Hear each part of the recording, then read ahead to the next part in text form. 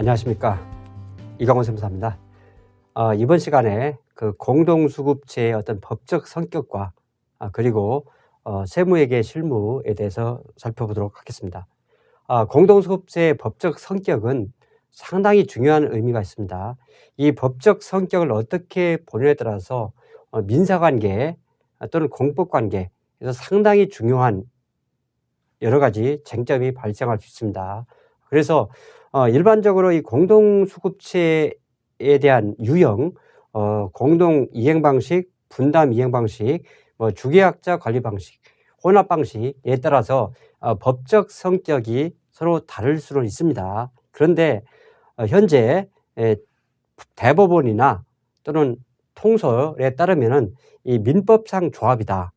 민법상 조합, 이렇게 보는 부분이 주로 이제 어떤 주된 통설이다, 이렇게 보시면 되겠습니다. 민법상 조합이라는 것은 이 공동수급체 구성원, 구성원들의 어떤 소유관계에서 합의를 하는 거죠. 합의라고 보고 결국 공동사업으로 본다는 겁니다. 공동사업으로.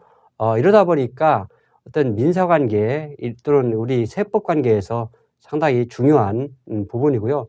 또 이제 소수설과 따르면은 비법인 사단설, 지분법 조합설, 이런 설을 주장하는 분들도 계십니다. 공동수급제의 어떤 법적 성격에 대한 그 대법원의 판례를 한번 검토해 보도록 하겠습니다. 여기 보시면은 공동수급체는 기본적으로 민법상 조합의 성질을 갖는다. 민법상 조합이라는 것은 결국은 소유 형태 중에서 합유 성격이라는 거죠. 합유. 그래서 일반적으로 총유, 공유, 합유 이렇게 구분하는데 이제 합유에 해당이 된다. 합유의 성격을 가지므로 그 구성원의 일방이 공동수급체의 대표자로서 업무 집행자의 지위에 있다고 한다면, 대표자가 업무 집행자의 지위에 있다고 한다면은 그 구성원들과 업무 집행자의 어떤 사이에서는 민법상 조합에 있어서 조합의 업무 집행자와 조합원의 관계가 있다고 할 것이다. 이렇게 보고 있습니다. 그러면 이 관계에 따라서 어떤 법률행위라든지 법률 관계가 달라질 수가 있다는 거죠. 그러면 이제 문제가 되는 부분이 그 우리가 형식적인 공동도급이라는 것은 국가계약법이나 지방계약법상 의무공동도급, 의무적으로 공동수급체를 구성하는 것이 어떤 입찰의 요건이기 때문에 어쩔 수 없이 공동수급체를 구성할 수밖에 없는데, 실질적으로 구성원들은 실제 공사 능력이 없거나 또는 실제 공사를 하지 않는 것이 대표사가 직접 책임지고 하는 것이 더 낫다고 판단돼서 실질적으로 구성원들한테는 어떤 지분이익금, 명의대여료 부분만 지급하는 형태, 이 부분이 이제 형식적 공동도급이다, 이렇게 표현합니다. 그래서 형식적 공동도급은 실무상으로 부금연장, 또 우임시공, 그리고 페이퍼 조인트, 이런 표현을 많이 쓰고 있죠. 이 부분에 대해서는 조세심판원에서 이렇게 보고 있습니다. 형식적인 공동도급 같은 경우는 이제 문제가 되는 부분이, 참여사들은 실질적으로 건설공사를 안 했는데 대표사가 전적으로 다 한 것인데도 불구하고 계약상 지분에 따라서 생계약을 주고받거든요. 그랬을 때 이 부분이 사실과 다른 생계안서가 아니냐, 사실과 다른 생계안서 또는 생계안서를 가공으로 발행한 것이 아니냐, 이런 어떤 쟁점이 걸렸던 부분입니다. 그래서 이 조세심판은 이렇게 보고 있어요. 이 공동도급은 대표사와 어떤 비주관사 사이에 업무 집행자와 조합원의 관계에 있는 바, 대법원 판례에서도 똑같은 의미를 쓰고 있죠. 공동도급의 어떤 이행 여부는 구성원별로 판단하는 것이 아니고 조합을 기준으로 판단해야 된다. 조합을. 조합이 공사 이행 시 조합의 구성원 전부가 공사를 이행한 것으로 보아야 한다. 따라서 공동도급계약에 의해서 공동수급체의 주관사가 교부받은 매입생이한서는 공동수급체 구성원들에게 교부하였으므로 각 거래 단계에서 세금계산서 질서를 저해하거나 조세 피 목적도 없다. 실질적으로 이 어떤 조세 포탈 행위라는 것은 국가의 어떤 세부담을 감소시키는 직접적인 행위가 있어야 되는데 감소시키는 행위가 없었다. 그리고 공동수급세 대표사가 생계세를 받아가지고 참여자한테 끌어넘겼죠. 그런데 실질적으로는 그 대표사가 다 했는데 그게 어떤 생계안서의 거래 질서를 저해하거나 조세 피 목적이 없다. 이렇게 해서 결론적으로 말씀드리면 형식적인 공동도급의 구성원 간의 생계안서 수수행위 이 부분은 사실과 다른 생계안서가 아니다. 이렇게 판단을 하고 있습니다. 그러면은 이제 문제가 되는 부분이 실질적으로 대표사가 대부분의 일을 했는데 참여사들과 발주자 간에 또는 대표사 간에 이 계약상 지분에 따라서 생계안서를 수수하게 되죠. 그랬을 때 나중에 실질적인 공사 시행률과 차이가 나는 것에 대해서는 어떻게 조정할 것인가 그거에 대해서 살펴보도록 하겠습니다. 이 부분은 국세청 행정해석에 나와 있는 내용입니다. 국세청 입장에서는 어떻게 하도록 되냐면은 예를 들어서 발주자와 공동수급체 구성원 간에 100억 공동도급계약을 하죠. 공동도급계약을 했고 그리고 대표사와 참여사들 간에 공동수급협정서를 맺습니다. 수급협정서를 하게 되는데 거기 계약상 지분이 6대4예요. 6대4. 6대4면은 여기 보시면 이제 발주자가 갑사한테 60억과 을사한테 40억을 이제 대금을 지급을 하게 됩니다. 이랬을 때 생계안서 발행 방법은 원칙적으로 지분 비율대로 대표사가 갑사가 발주자한테 60억을 발행을 하고 그리고 을사가 발주자한테 40억을 발행을 합니다. 40억을 자기 지분 계약상 지분에 따라서 발행을 한다는 거죠. 아니면은 갑사가 발주자로부터 대금을 100억을 다 받았을 때 대표사가 발주자한테 100억을 발행을 하고 그리고 자기 지분이 아닌 40억에 대해서는 참여사로부터 40억을 세계사를 받습니다. 이런 형태를 통해서 이루어지는데요. 그런데 문제는 실질 나중에 정산을 해보니까 실지 공급 지분은 7대3이다. 결론적으로 갑사가 10%만큼 공사를 더했고 을사는 10%만큼 공사를 적게 한 경우죠. 그러면 실질적으로 갑사는 70억을 받아야 되고 을사는 30억을 받아야 되는데 생계안서 발행은 60억과 40억으로 발행됐죠. 그랬을 때 이 10억에 대해서 정산 차이를 어떻게 조정해야 되냐? 그거에 대해서는 갑사가 을사한테 10억에 대해서 정산 세금 계산서를 발행하도록 이렇게 되어 있습니다. 그리고 을사 입장에서는 예주비로 비용 처리를 하시면 되겠죠.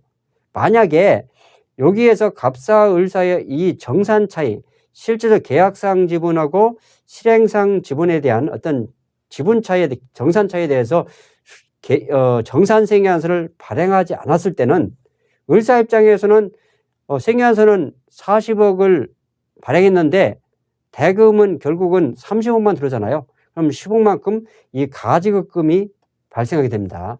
그래서 반드시 갑사와 을사 사이에 정산 생계안서, 정산 차이에 대해서 생계안서를 발행을 해야 된다.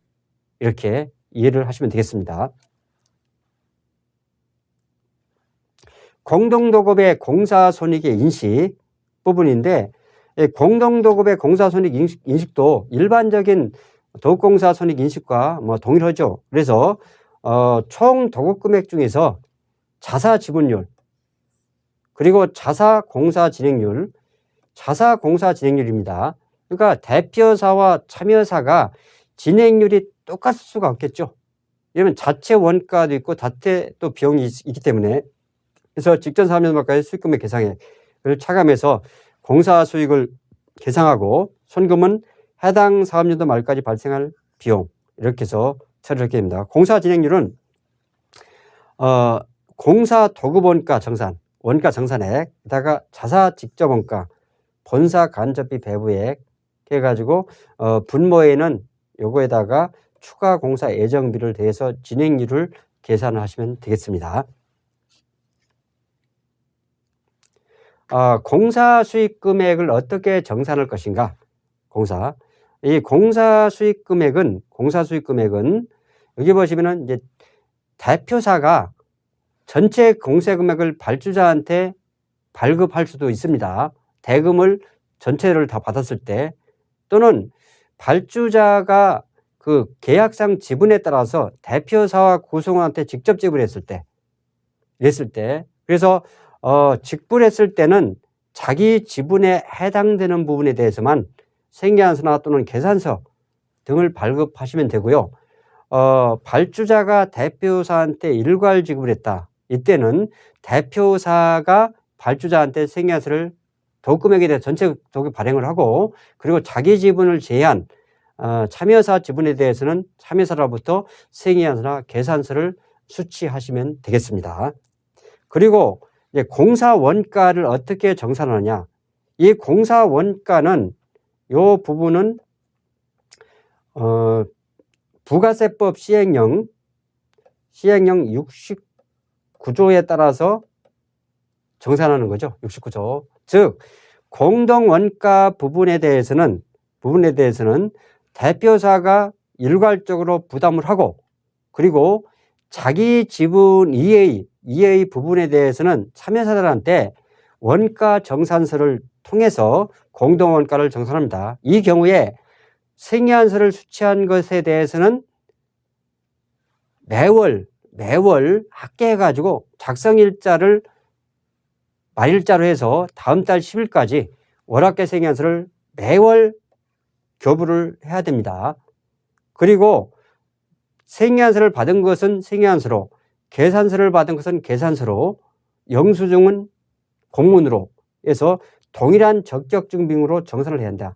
이게 가장 중요한 원칙이죠. 그러니까 공동도급공사에서 여러분들이 가장 중요한 부가세법 규정은 두 가지입니다. 첫째, 공동원가 정산과 관련된 부가세법 시행령 69조.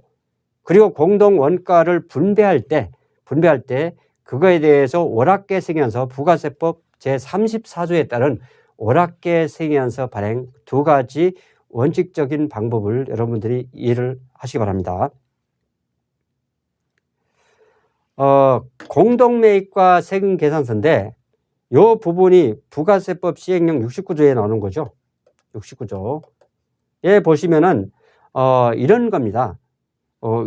예를 들어서 전력을 공급을 받을 때 이 한국전력공사에서 실질적인 소유 전기를 사용하는 소비하는 임차인한테 생계안서를 끊어준다면은 그러면 임차인이 받으면 되는데, 일반적으로 임차인에 직접 끊어주지 않고 임대인한테 발급을 해줍니다. 그럼 임대인은 자기가 직접 소비하는 것이 아니고 임차인들한테 전력이 공급이 되는 거죠. 그렇기 때문에 이것은 어떤 도관 역할만 하고 도관. 그러니까 임대인은 다시 또 생계안서를 임차인한테 발급을 해서 전기요금을 거래 징수합니다. 그랬을 때 여기 보시면은 6월 30일 날 한전에서 생계안서를 발급받았을 때는 임대인은 당연히 6월 30일 날 같은 날짜에 생계안서를 발급하고 그 교부받은 공급 가액의 범위 내에서 생계안서를 임차인들한테 끊어야 된다. 그랬을 때 이 임차인은 한전으로부터 직접 전력을 공급받는 걸 보기 때문에 매입세 공제를 받을 수 있고, 다만 임대인이 부가세법상 면세사업자 또는 간이과세자라고 하더라도 매입세 공제를 받을 수가 있습니다. 이 경우에는. 마찬가지로 우리 공동 수급체에서 공동수급세 대표사가 지분 60%인데 도소매업자로부터 이제 그 건축 공사비 같은 것을 건축 자재를 구입하죠. 구입했을 때 공동으로 매입합니다. 공동으로 뭐 6월 10일 날, 6월 20일 날 이렇게 매입을 해요. 하면은 이 공동수급세 대표사는 자기 지분 이해이권 40% 부분에 대해서는 6월 30일 날 그 해당 월의 말일자에 이 금액을 합해서 다음 달 10일까지 7월 10일까지 월합계 세금 계산서를 작성을 해서 자기 지분 이외의 것은 매출 승계안서로 이 그 미수금을 청구하게 되겠죠. 이렇게 보시면 되고요. 공동도급에서 대표사가 주로 이제 정산을 하게 되는데 대표사가 매월 여기에 나와 있는 이 공동 원가 내역을 구성원들한테 보내줘야 되죠.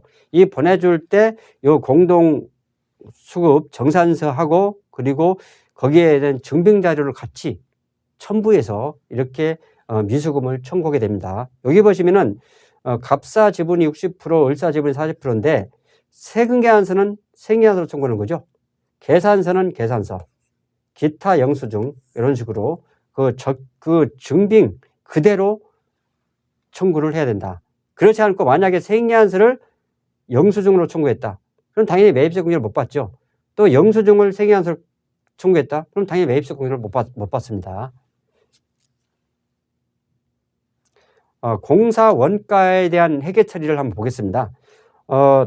이 공동도급에서 공사 수익도 지분율만큼만 인식을 하시면 되고요. 공사 원가도 당연히 자기 지분율 이것만 인식하면 된다는 거죠. 그래서 만약에 공사 원가가 발생했을 때 공사 재료비가 300원인데 대표사가 일괄적으로 현금을 지급했다. 그럼 현금 330원 부가세 포함해서 그리고 자기에 해당되는 60%면은 180원이죠. 재료비 180원 계산하고 나머지 미수금은 자기 게 아니고 참여사 거죠. 그래서 이제 세금계산서 끌어 넘길 겁니다. 그래서 미수금 120원 이렇게 잡는다. B사에게 세금계산서를 발행한 경우 이제 미수금이 들어오겠죠. 미수금이 이렇게 회계 처리를 하시면 되고요. B사 입장에서는 자기 지분에 해당되는 거, 그 재료비 이것만 원가로 잡으면 되겠죠. 이렇게 그래서 자기 지분에 따라서만 회계 처리한다. 세법도 마찬가지로 자기 지분에 해당되는 것만 공사수익과 공사원가로 계상을 하시면 되겠습니다.